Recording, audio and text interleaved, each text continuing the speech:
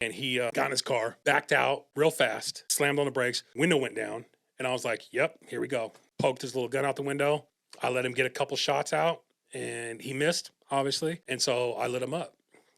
Shot him 5 times, all in the driver's side of his, his chest. You mentioned to me about a shootout. What was that about? So this was in 2020, the height of COVID. So just for a little background, my stepmom always had a pill problem. So she would always take mini thins, like back in the day when they had ephedrine in them. She always had a pill problem. She ended up hurting herself. I think she hurt her back or something, and they gave her pain pills for it.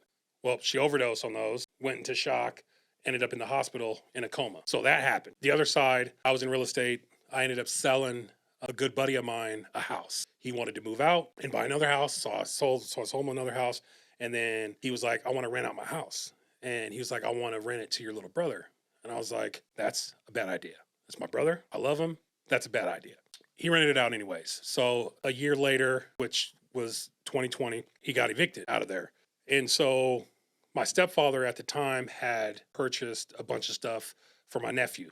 And so my stepdad was like, Brian, can you go to that house and go get the stuff that, of Junior's, like the bed and all this stuff. And I just got a brand new truck.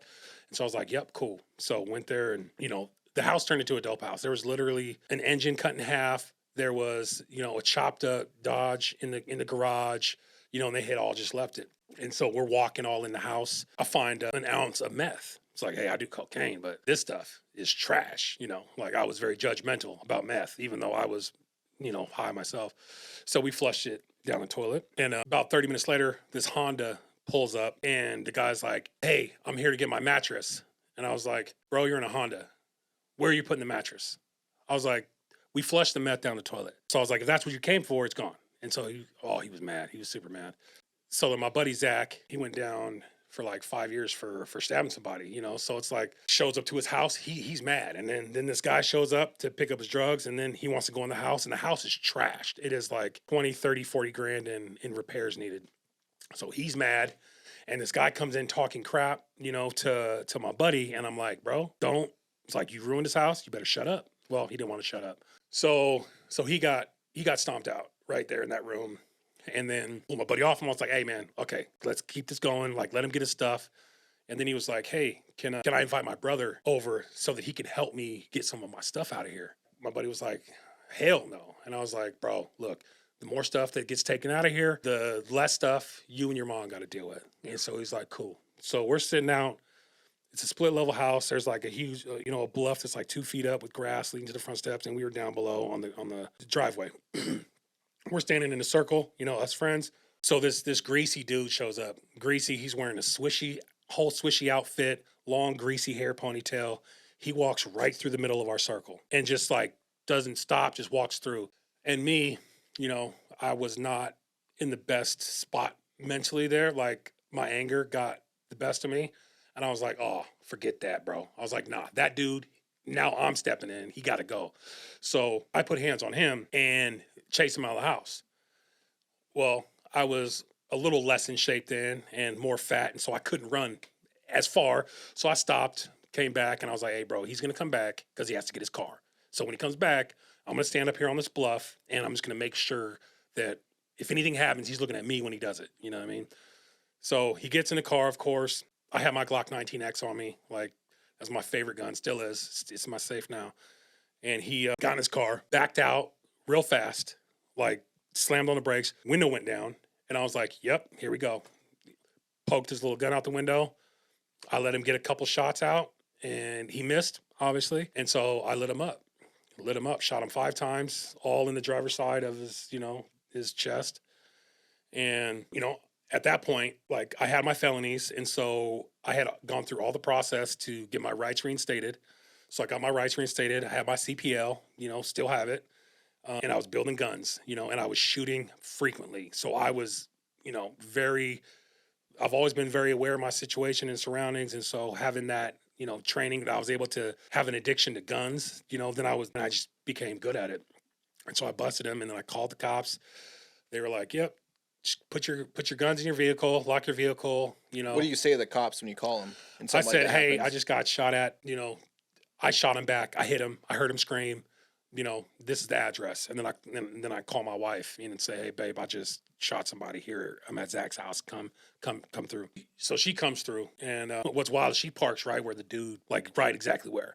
So in a shootout or, any crazy scene, typically the police they're going to want to separate you because they want to make sure that your story's not influencing other stories, blah, blah, blah, but we all have the same story because we didn't lie.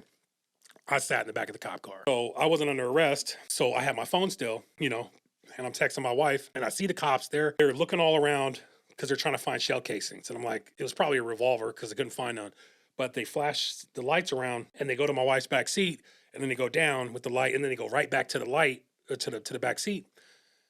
And I call my wife. I was like, babe, what is in the back seat? And she was like, all your guns. I was like, oh, Lord. So I watched this group of detectives and police pull out all, like, I was doing the polymer 80, Glocks, the 80% AR-15 lowers. Like, so I was milling and drilling my own guns. And so they had all my guns laid out right there. And, essentially they were like, why'd you bring all these? And, they're all legal. And she's like, my husband was in trouble, And so then Did you tell her to grab them, or she just? No, I did not. Nope. That's a good lady. My son had my Glock 43 or something or in his pocket. And I was like, Kevin, what is in your pocket? I was like, y'all are tripping. Like, this is cool, but y'all are tripping. You know what I mean? And so she had the cops put the guns back in the car. You know what I'm saying? Like, you took them out, put them back. They took me down to the station, and I'm not a fan of this police department because they impounded my truck because the guns were in the truck. That they told me to put the guns in the truck, and so they impounded my truck. My stepmom's in a coma, and I'm the power of attorney, mind you, this whole time. And so then go down to the station. I'm drawing on their whiteboard, this is where the bluff was. This is where I was at. You'll find 5 shells here. This is the driveway.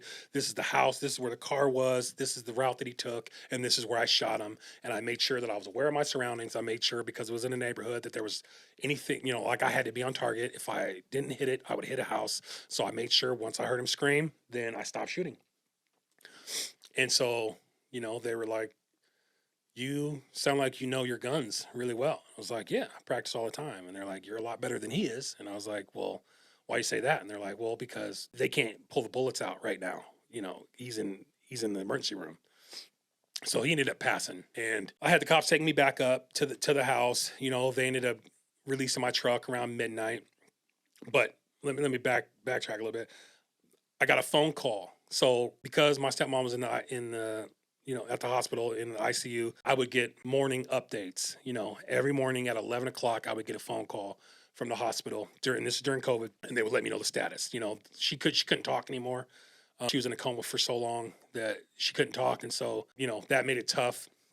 But they called me at 10 o'clock at night, and I was literally with the detectives, and so I was like, I got to take this. My stepmom's in the hospital. I got to take this call, and they told me, they were like, hey, if you get a phone call from us, you need to answer it because, your mom's been on a breathing tube, took it off, put it back, and now she's off again, so like, they were like, if we call, answer. So I got a call at 7 o'clock the next morning and they were like, you need to get to the hospital.